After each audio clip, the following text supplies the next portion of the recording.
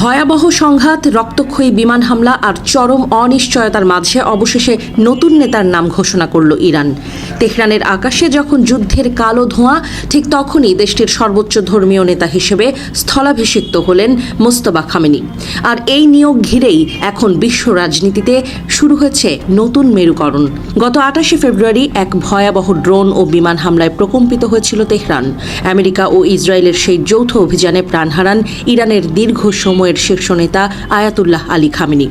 সেই হামলায় খামেনির পাশাপাশি 165 জন স্কুল ছাত্রীসহ সহস্রাধিক মানুষের মৃত্যু ইরানকে এক নজিরবিহীন শোক ও ক্রোধের মুখে ঠেলে দেয়।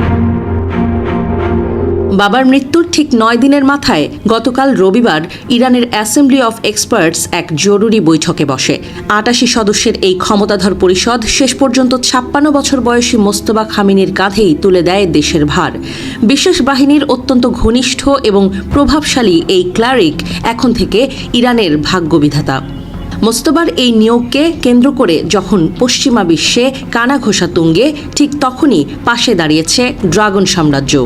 আজ সোমবার বেইজিং সরাসরি জানিয়ে দিয়েছে মোস্তফা খামেনির এই নিয়োগ সম্পূর্ণভাবে ইরানের সংবিধান সম্মত। চীন সাফ জানিয়ে দিয়েছে ইরানের অভ্যন্তরীণ বিষয়ে কোনো ধরনের বাইরের হস্তক্ষেপ তারা সহ্য করবে না। এদিকে মার্কিন প্রেসিডেন্ট ডোনাল্ড ট্রাম্প এক বিতর্কিত মন্তব্যে বলেছেন, তার প্রশাসনের অনুমোদন ছাড়া এই নতুন নেতা বেশিদিন টিকবেন না। ট্রাম্পের এমন দমভক্তিতে সরাসরি চ্যালেঞ্জ ছুড়ে দিয়েছে চীনের পররাষ্ট্র মন্ত্রণালয়।